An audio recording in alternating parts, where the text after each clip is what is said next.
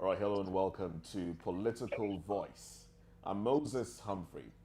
The English Enlightenment poet Alexander Pope famously wrote the poem. He said, he famously wrote this line: "To err is human, to forgive divine." Well, this is an era of enlightenment. Well, the era of enlightenment is long gone, but the truth buried deep in those few words have endured for ages indeed. Well, it's on that note that we welcome you to Political Voice at a time when a nation's forgiveness is being sought by one of its children. Now, she is a teenage girl whose name made national headlines last month when she insisted that she was the top scorer in the 2023 Unified Tertiary Matriculation Examination. Although the public had been moved, to sympathize with her, it all turned out to be false. Her name, Mmessoma Ejikeme Joy. She was yesterday the guest of a House of Representatives panel that had invited her to hear what she had to say after a week-long national uproar caused by the misleading impression that the young girl gave to suggest that she was a victim of JAMB's own administrative incompetence. But at yesterday's meeting, Mmessoma tendered a letter of apology before an investigative panel of the House of Representatives. Now, the House had constituted an ad hoc committee led by Sada Soli Jibia to investigate the issue after a motion on the matter was moved by Awaji Inumbeg Abiante.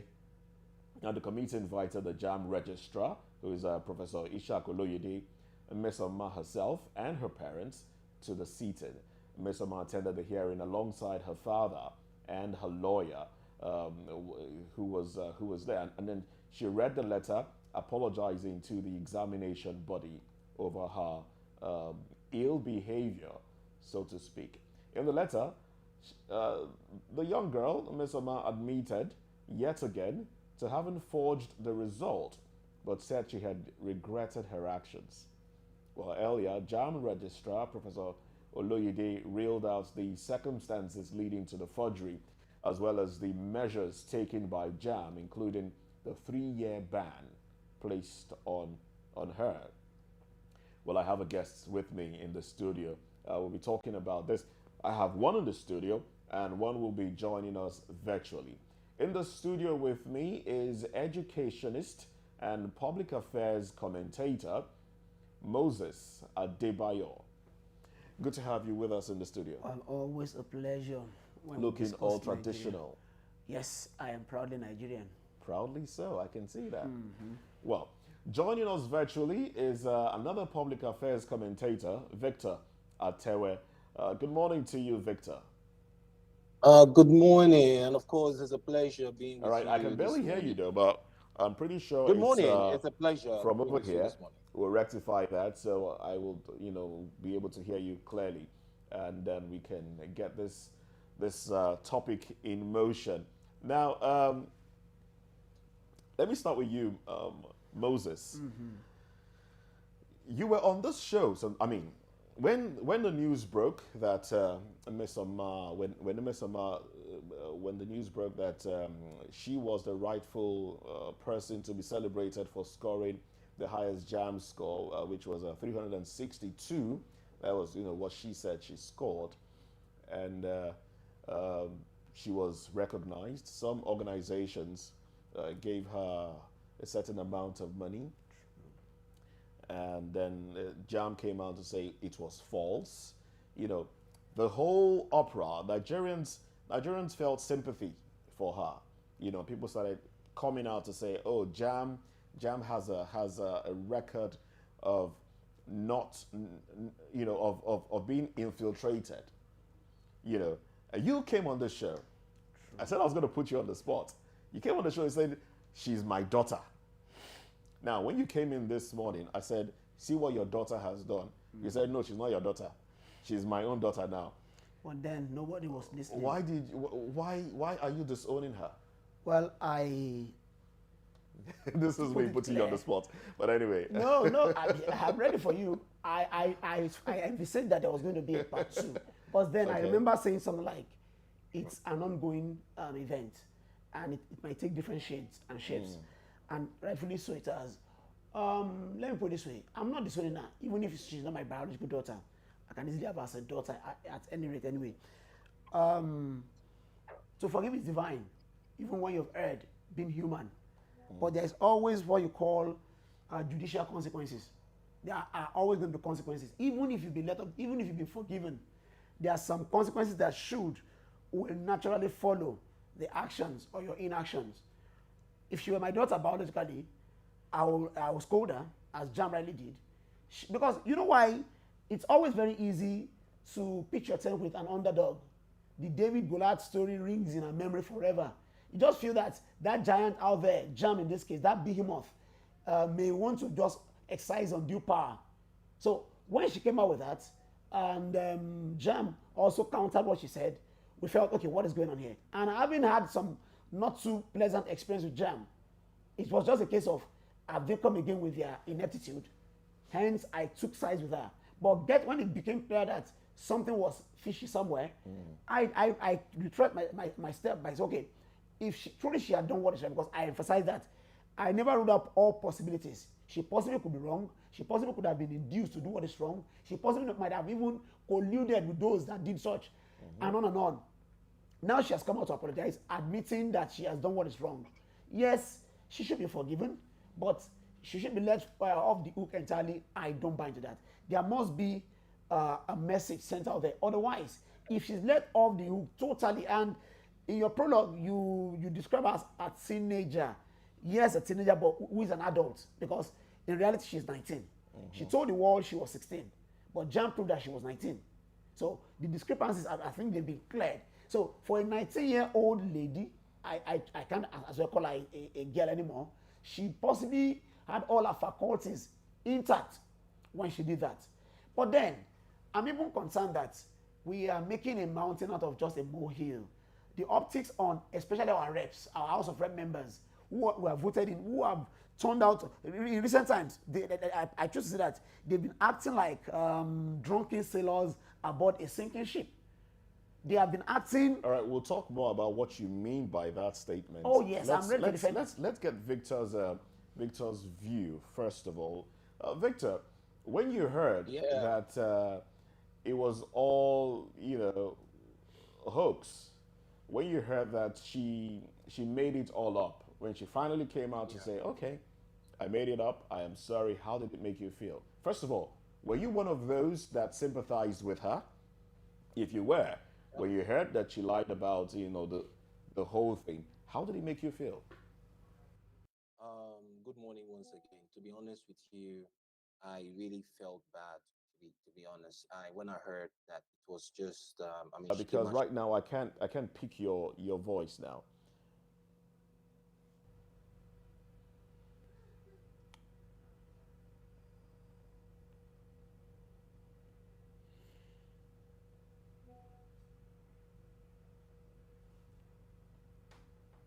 All right, then. So we cannot hear you now. So we'll just let's just stay on Moses. I'll come back to you with that question in a bit. Just hang in there with me while we try to rectify the reason behind my inability to hear you in the studio here. Now, Moses, you were saying something about our reps paying attention to this. Isn't this something we should be worried about, really? Because this is an attitudinal thing. Sure. But I think JAMB, in their wisdom, they've thoroughly thrashed this. So we should not make too much of. They have thoroughly trashed it? Yes, yes. They've meted out appropriate punishment. This must not be condoned. Lest we open another chapter, open another, what do you call it, an industry. We make things up in Nigeria and they blow up in our faces. She should be duly sanctioned. Maybe 3 years is too long, maybe, but along the way, it should be seen that she served a bit, at least of punishment. When I have kids under punishment, not of course, gone are those days you have to use the cane, but some of them, they have to warrant it, yes. But you let them know why they've done this and why they should not repeat it. Because if she's totally let off the hook from this, then it will still give someone in the nearest future or whatever now the impetus to go ahead. After all, they will leave me alone as well. So let us not totally let this go. I was talking about our reps. These men, these our elected men in the Arlo chambers, the green chambers now, they should get more serious. There are more burning issues at stake right now. Mmessoma has apologized. We can move on. And I choose to see always things from 2 points of view. It's like a coin. On the one side, there's the head, and on the flip side, the tail. How come we've not really celebrated the actual winner, which is Kamsi Chukwu Ume? She's got 360. She's been obscure. She should be the one. We should celebrate virtue more than just garnishing vices. Because what Mmessoma did is not commendable at all. It's not something you want to be proud of. But the real winner, she's just been mentioned in fact, she's like a footnote. While the person that did what is wrong, the kind that did what is wrong, is like the headliner. So we should not. If we have to celebrate them, though I'm not an advocate of unnecessary undue attention on kids, I forbid it. I've been in this field for 2 decades and counting. Even when you achieve all you should achieve, we want to tone it down. We don't want to make, because sometimes the press can be brutal. You know yourself, the media. You want to milk these people. You want to possibly even, and sometimes you end up destroying their lives. Well, this is not about the media trying to, of trying course, to make a fuss. It is a media thing. It's becoming a media circus. No, it's It not. is becoming a media circus. Moses, you know that The I'm telling House you of the truth. Reps decided to converge on this. They decided to investigate. All right, they set up a committee to investigate this. Now, one would wonder, why set up a committee to investigate this when there were pressing issues? All right, so it's not about the media. Are you not agenda setters? The media only Are covers. you not agenda setters? The media, yes, we are, but the media only covers and lets the covers events, so the public will be in the know. That's what the media But the is tendency about. to make a huge circus out Make a of mountain out of a molehill. it's always no, that's in their not nature. well. I will stand brief for my colleagues to say no. It's your That's not world. what this Defend is. your den. All right then, Victor. I believe we can hear you now, Victor. Yeah, can you hear me now? Can you still hear me now? I can Well, hear we're still myself, I struggling can to hear you connect with still there. Victor Atewe. Yeah, I can hear you. Can you Hello, hear me now? Victor. All right. Can you hear Well, I think we're still unable to connect with Victor Atewe there. I wish we could, so I could get his view on this as well. Now, what does this portend for, or how does this make you view the young person in Nigeria today? The future. It is said that the young people are the future of the nation. Now, for a young person to think of doing this, all right. Now, it wasn't just a plaything. If it was something that she did, and posted on social media, and when people came to ask her, or when people came to sympathize with her, she said no, it was just a joke. Kidding. We would have said, okay, it was a plaything. She was just fooling around. That would have been an expensive joke. Yes, it would have been, but she didn't stop there. In fact, she went along with the wave. She went along with it. She did a video where she said, "I am not capable of doing this. All right, I am traumatized." Now, she appealed to the emotions of Nigerians. So many. That is on one side. On the other side, she claimed to be 16.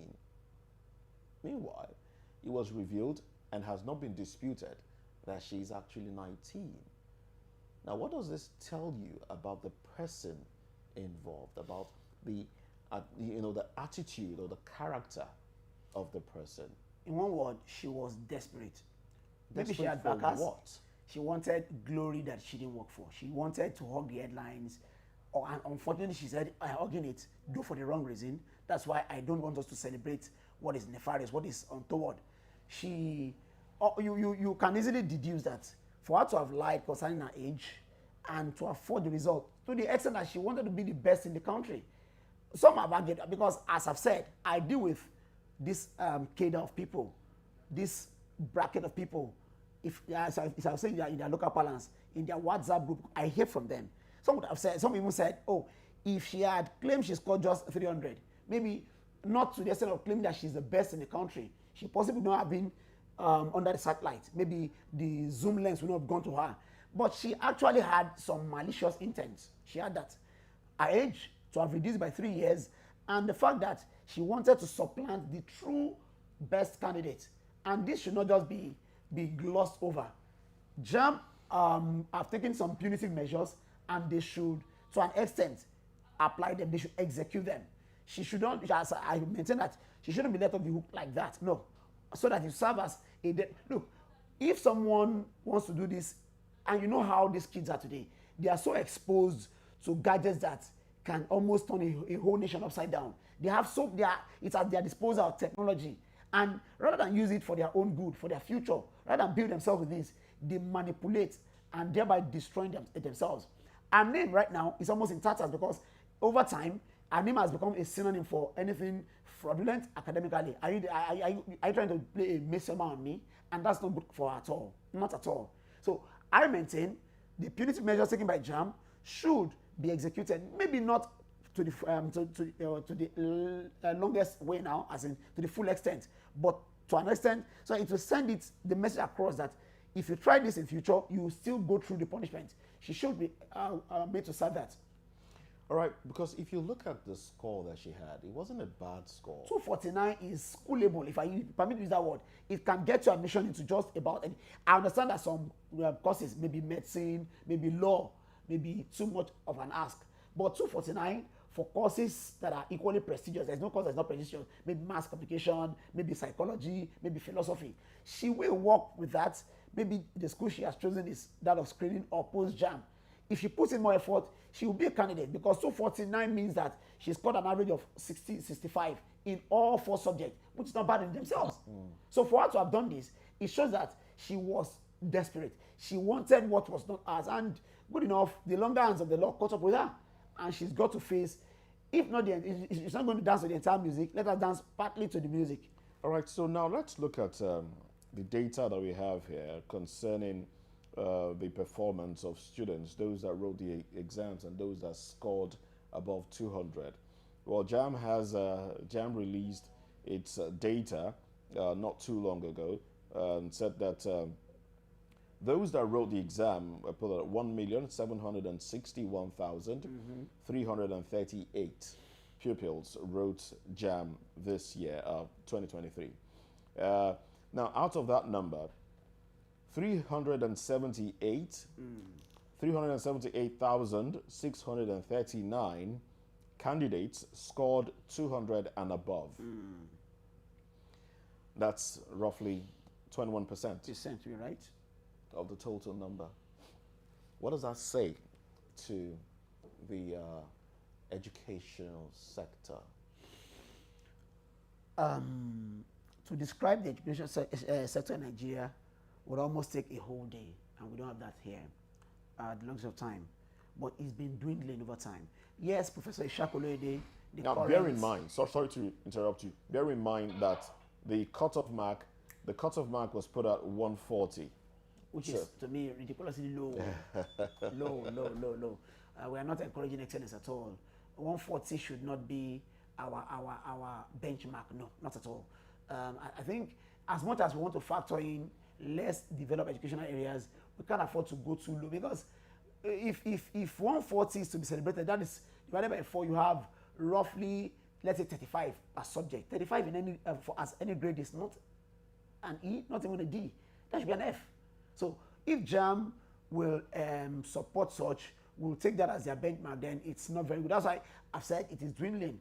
If 378,000 will score 200 and above, is that good enough? Not really. But is it workable with? Yes. But let me even still see. This is a whole gambit on its own. JAMB itself should maybe reorganize the house. I remember about going to 4 or 5 years now, a senator raised the idea that maybe the JAMB result should last for at least 3 years. Because when you consider the number of candidates that sit for the exam every year, it's alarming. 1.7. And from my own analysis, of the 1.5 million and above that write almost on a yearly basis, more than 3/4 are not first timers. In fact, infinitesimal is the number of people that write for the first time. Who are those that make up the 1.7? Second timers, third timers who are writing JAMB for the fourth or fifth time. And ordinarily, this should not be the case. WAEC has a longer lasting duration. You write a WAEC. I remember 2-3 years ago, I had to renew my passport. I had to use, one of the requirements was my WAEC result, a statement of results that I had decades and decades back. But JAMB is just 1 year and it expires. So the expiry date is too short. I think it should be revisited in the House of our National Assembly. The legislators should look into this. Let them revisit that particular bill so that they will compel JAMB. A student that scored 260 this year but couldn't enter or couldn't get an admission. Let that 260 still be relevant for the next 2-3 years. Because suddenly the optics on them is that they are just like a revenue-making body. They glee each time they tell the world how much they've raked in for Nigeria. And that should not be. It's just like our legislators who are always going to maybe gloat with their oversight function. Making revenue through student buying forms, direct entry, JAMB form should not be their joy. They should not be thinking, they are declared 7 billion naira as what they made. It's not a profit-making body.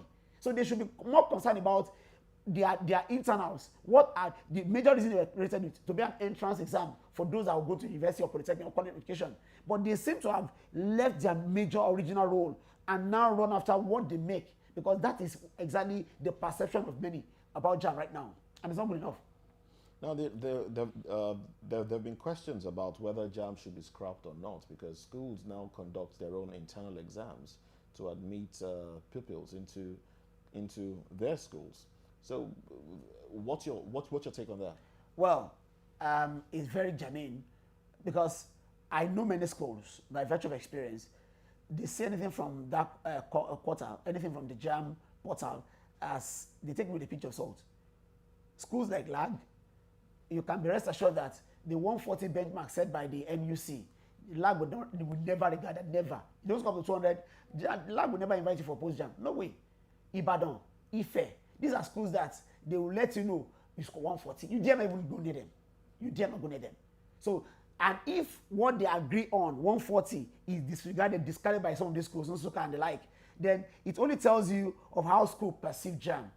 Most schools prioritize their post-JAMB above, their post-JAMB exam or screening above JAMB. Because over time, we've seen cases of impersonation. Mercenary is going to write exams. So they want you to come and prove yourself again. And they now believe that, okay, you are worthy to get our admission in our school.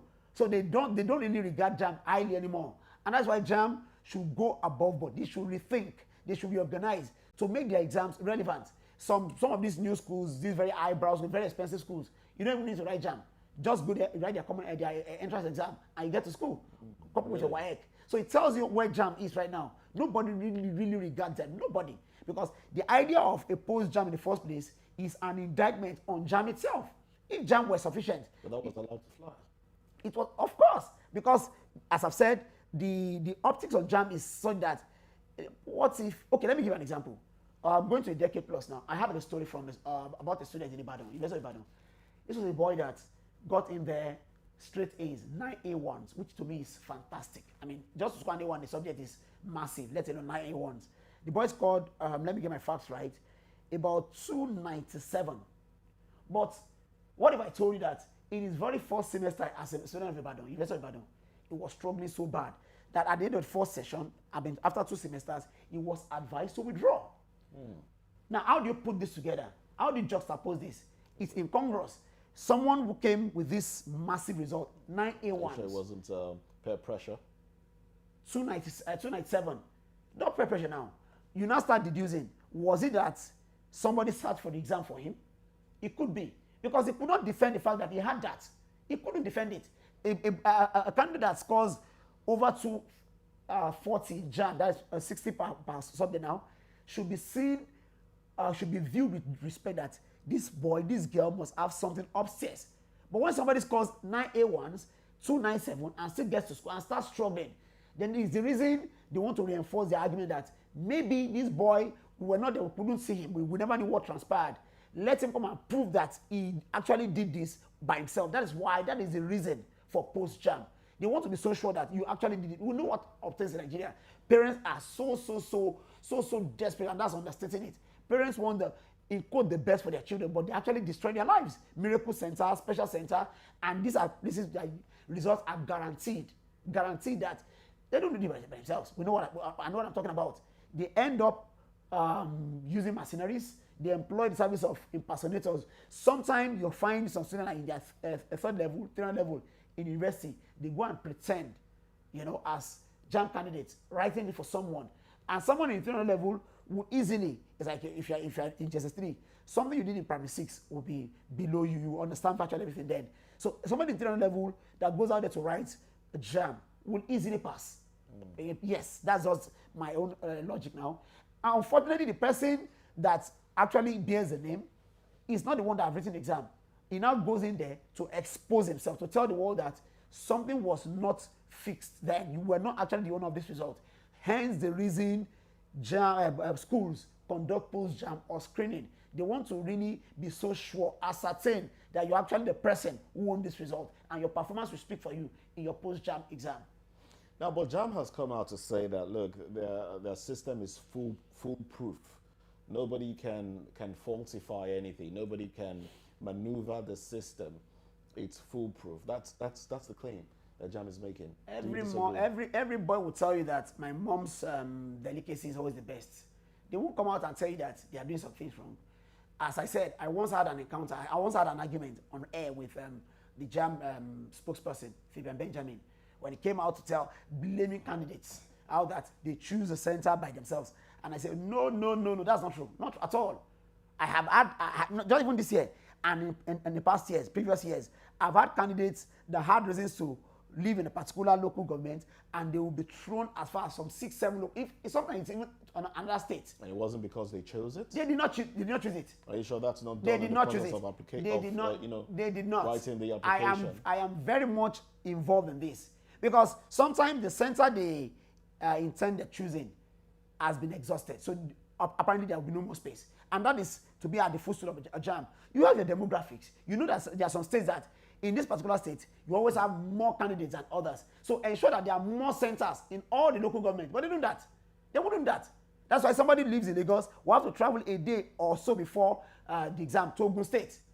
And that is psychologically damning. It brings out, when you find yourself in a new, even as an adult, when you find yourself in a new environment, for some time, there's what you call maybe like culture shock.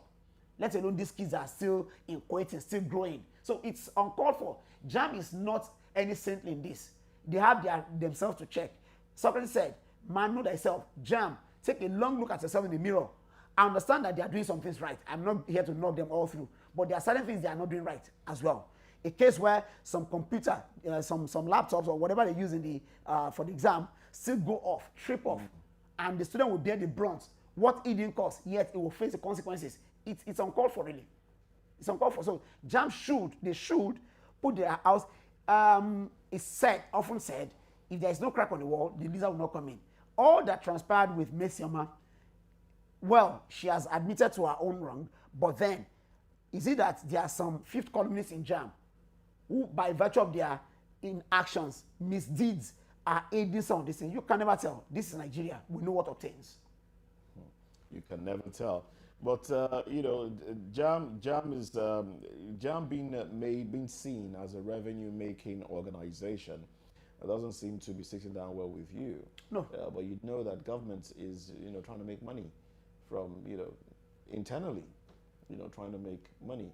So what do you say to the registration fee? Should it be reduced at least? You've already given us your view as to whether or not it should be the certificate, the result should go beyond a year or not. You have chimed in to say that it should be extended for like 3 years, in the least. But how about the fees, the registration fees? Don't you think that's part of what will make somebody desperate? Well, I think the last exam they wrote, or the one they conducted, was within the border of about 4757, because they sell it through banks. and the banks are allowed to surcharge very marginally. So what they pay is not is not going to destroy pockets. No, I think it's still affordable for as many that can, because if you have 1 point something million every year, it tells that it's not unlike WAEC. I don't think WAEC records up to even 500,000 every year. No, and most state governors even do that. Most state governments assist with the purchase of form for WAEC. I know that, but for JAMB, not the money now. As I've said, the ready panacea is just that they should ensure that the lifespan of the result is elongated. They should ensure that the expiry date is not just 1 year. It's the reason, I broke it down earlier that majority of candidates that write JAMB are second timers, third timers, even fourth timers. I've had cases of seeing some people write JAMB for 6-7 years. Not too long ago, the best student I emerged from LASU, going to about 5 years now, she even put to bed the following day after she graduated as the best overall student in LASU. She wrote JAMB for about 6 or 7 times. But good enough, she made up for what she lost in time. She gained with her performance in school. So if it's absurd to hear that someone writes an exam a 7th time, well, I mean, it doesn't really speak well. So let JAMB ensure that they are not concerned about what comes in for them. They are not.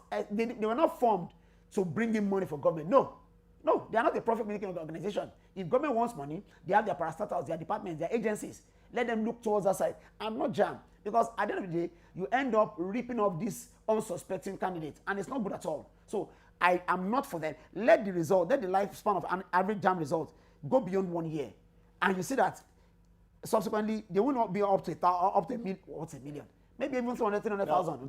You recall that sometime last year there was a strike. ASU was on strike. Was it last year? For 8 months, yes, yeah. And during COVID, 10 months. And JAMB still held exams. JAMB will tell you that. JAMB actually came out to say nothing can stop us from conducting exams, whether or not ASU is on strike. Now, doesn't that just add to the fact that people will have to pay more? Because, I mean, if you write it and schools are on strike and you don't go in, you have to write again. But you factor in the fact that JAMB isn't conducting exams for just ASU universities. There are some schools that are not for ASU. That's one. Okay. They conduct for polytechnics as well, poly and monothetics. But then the crowd. They also have for they also conduct for college education. So in that aspect, JAMB is totally correct. Some schools cannot hold them hostage. The schools that went on strike or that have been on strike, they are within borders of counting. You can count them. Some state schools don't join them. The last strike they held or that happened through ASU, LASU, River State University, Kaduna State University, so many state universities didn't join them. And these are schools that also operate with the template of JAMB. So in that sense, in that regard, JAMB has every right to conduct their exams every time. Not because of certain schools that want to hold them hostage. No. All right, now let's go back to Mmessoma's case. Now, she has said she's sorry. At the hearing yesterday, she went with her father, and we do know that when her father realized that she lied to him, he was the first person to apologize. He apologized to Nigerians, told Nigerians that he was fooled. That when she told him, he believed her, but he was fooled. Now she's asking for forgiveness. She's asking basically that the 3-year ban be lifted. What do you think? Well, at the risk of... Well, you have already said that some sort of punishment should be meted out. And I still maintain that some punitive measures... But is the 3-year ban too much? Maybe. Because, I mean, if she's 19 now, in 3 years she'll be probably way too old to even get a job after... That is where maybe Mercy, if I want to sound religious now, may come triumph over judgment. 3 years may be a tad too long, but then she must pay some price. She must face some consequences, no doubt about that.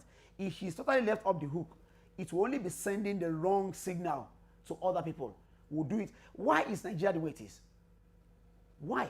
As far back as the dawn of independence, some top officials in Nigeria were involved in some bank fraud. Some scandal broke with ACB, the African Continental Bank, that involved eminent Nigerians, eminent ones. Even the then ceremonial president of Nigeria, as in Anambra State, was indicted. What's his man's name? I don't want to mix name now, but some people were indicted. But at the end of the day, that was the beginning of we sweeping many things under the rug. If we've punished bad behavior over time. We won't even think of this. It will just come naturally. You've done what is wrong. Yes, you've been forgiven. And forgiveness, as I've said, does not exclude consequences. No. There are always going to be, you do what is wrong, you ask forgiveness, but be rest assured that from then, some people may have forgiven, but some will always stay away from this. Stay clear. She has done what she's done, which is not good enough, not good at all. She's got to face some. What I'll now advise the media is this: if JAMB will tamper justice with mercy with judgment, let it be a case of maybe after 1 year, she's let off the hook, and let it be well reported in the news that she served a 1-year punishment, and we have let her off the hook. She can write the exam. 3 years, as I've said, maybe it's too long. You know, our system is such that every time counts. You know, you are in school. I tell my students, you are going for a 4-year course. Please, nowadays you must add plus X years, because the X years is the X factor from maybe ASU or internal wranglings from school. You go to Ife. Ife is known for their stance of we no go agree. When Ife, sometimes they go on strike for something as ridiculous as just a change. Let's say something is 15 naira and there is a marginal increase to 20 naira. You can trust that Ife, they don't agree.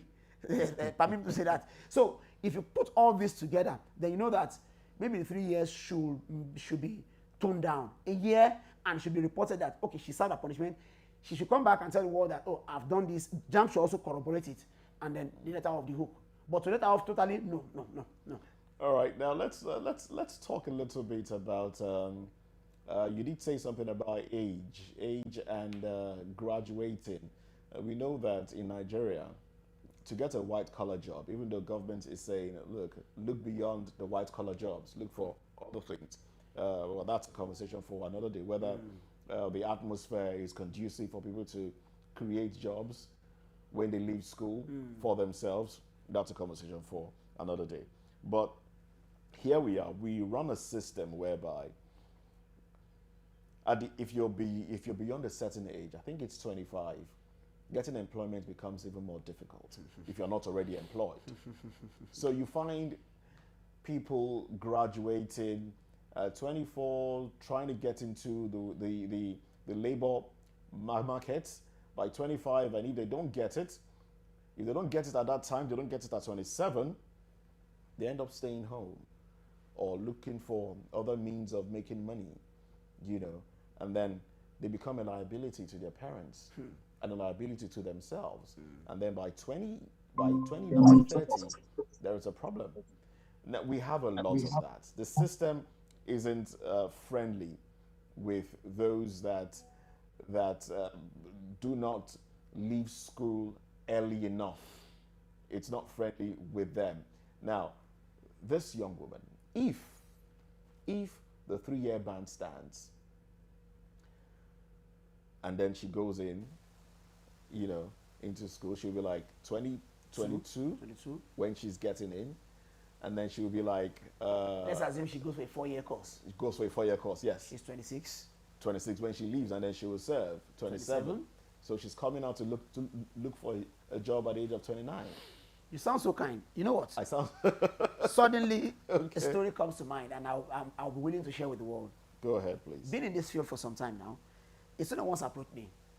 He applied for a particular job, a custom. It was as though they knew him from Adam, and all the requirements, all criteria, he perfectly fits into them, but for his age.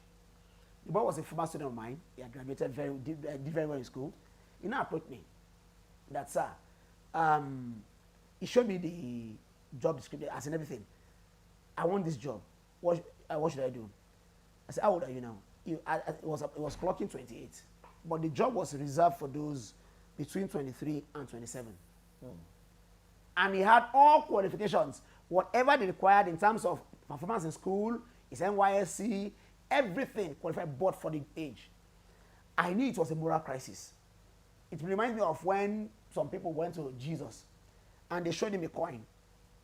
Do we pay taxes? They were expecting an equivocal answer, a very direct answer, but he wouldn't give them any. Because he knew that if he told them to pay taxes, he possibly would be lending credence to the evil government of Caesar. If he told them to don't pay taxes, then it will cause, because it was an opinion that well respected, his voice carried weight then. It was going to really cause a kind of ruckus in society. He now told them that, okay, whose head is on this coin? Say Caesar. He now gave them the perfect answer. Give unto Caesar what is Caesar, and give unto God what is God. When the young man approached me, I told him, you know my answer? Go and do what you have in your heart. I perceived he wanted that job desperately. And on the one hand, I hadn't got any job to offer him. If I told him, you know, you might be lying here, you might be breaching some things, and it may worry you in future. I haven't got a job to give him. And if I told him to go ahead, if anything backfires in future, he tell me, but sir, you said I should go and do it. So I told him to go and do what he has in his heart. So did he get the job? He got the job because he doctored something. And you know what he did? He told me that. He falsified evidence. He falsified his if you records. say he falsified, good for him. Let me say this. He now broke it down that, and for real, he had a point. He had a point. He told me that he should have graduated at the age of 26. For 2 years of internal wranglings, ASU strike then, because I don't think there's anybody who has been immune from ASU over the past decades. ASU strike, internal wranglings, and a few other factors came together and resulted in the 2 years he wasted. So as far as he was concerned, he actually finished at 26.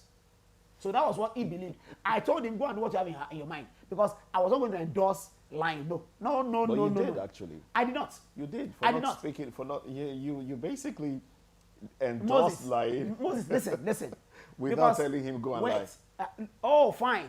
I will still put it down to the issue of the coin.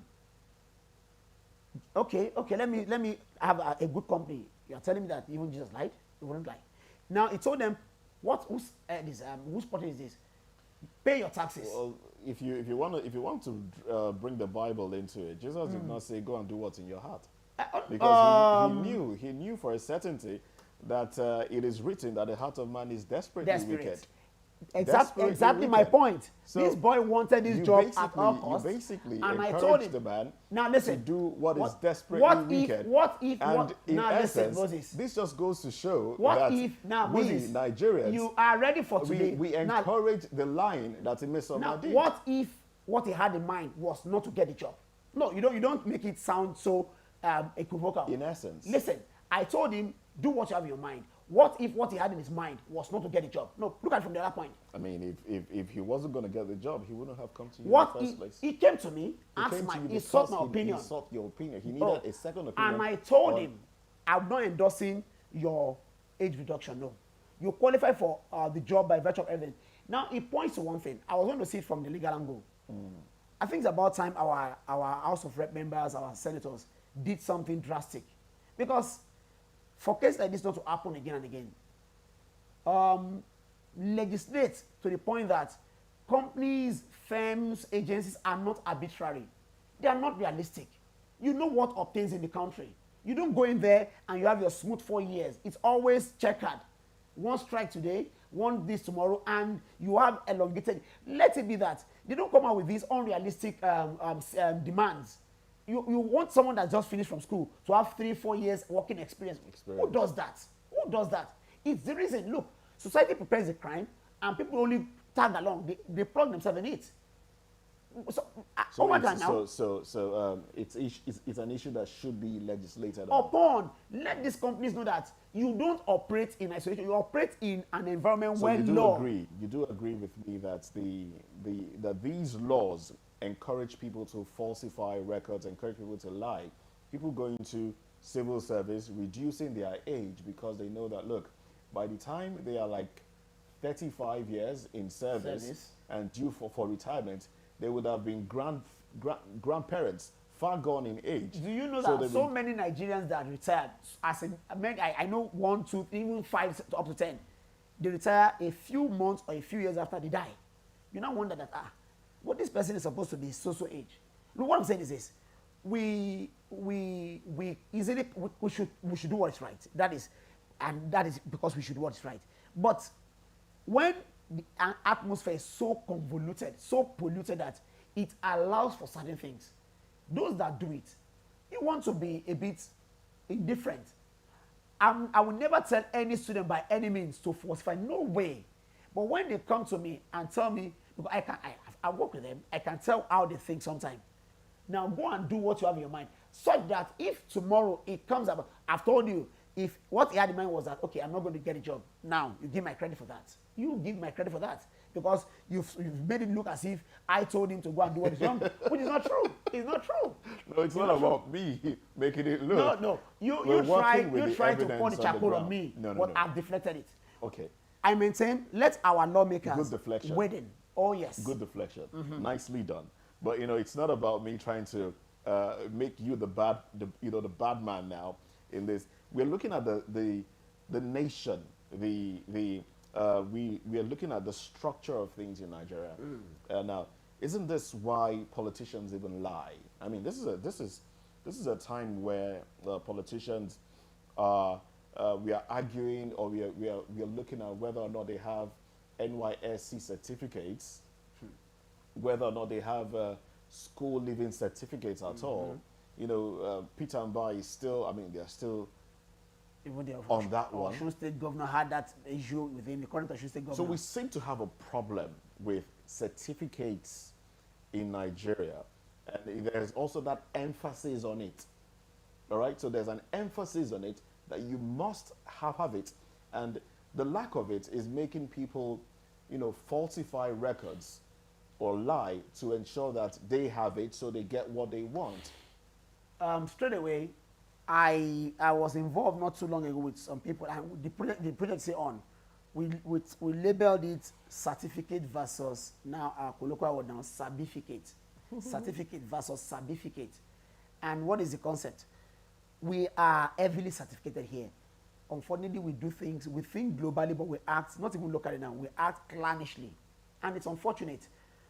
We overrate certificates. Take South Korea, for example, Germany. It's not incumbent on you to leave your secondary school or your high school in Germany, South Korea, and go to university. No.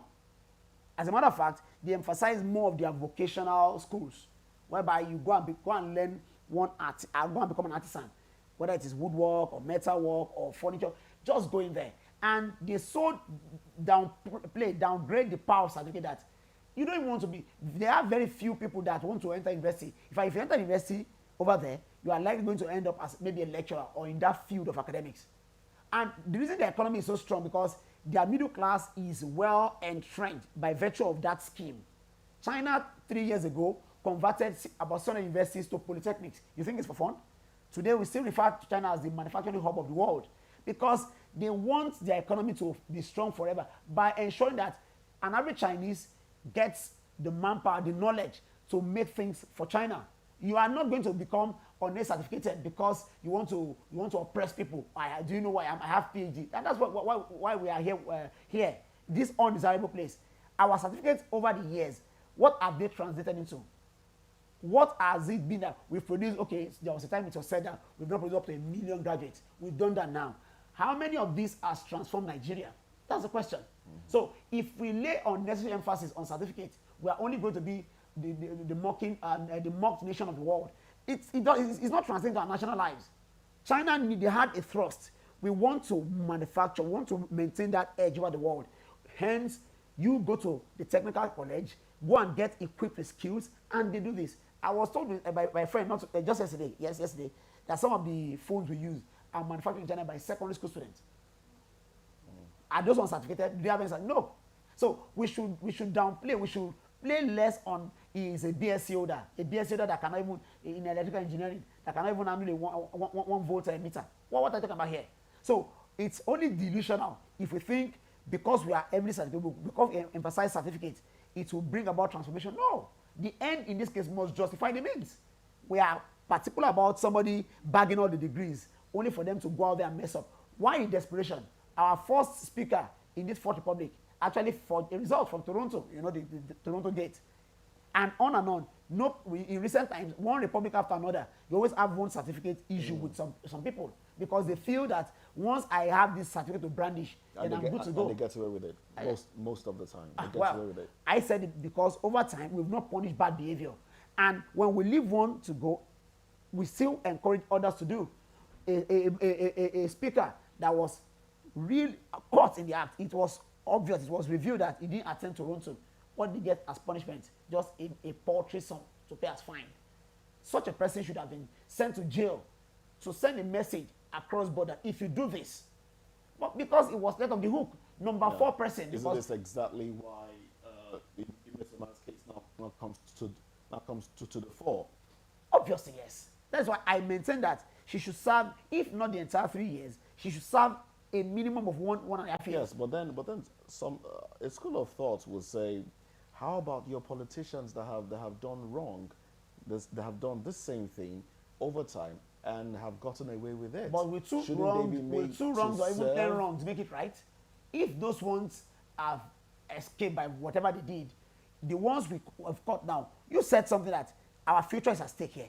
So we can't afford to go into the future with wrong foot. So Mmessoma now can as well serve as a good example, a deterrent to anyone that wants to do this.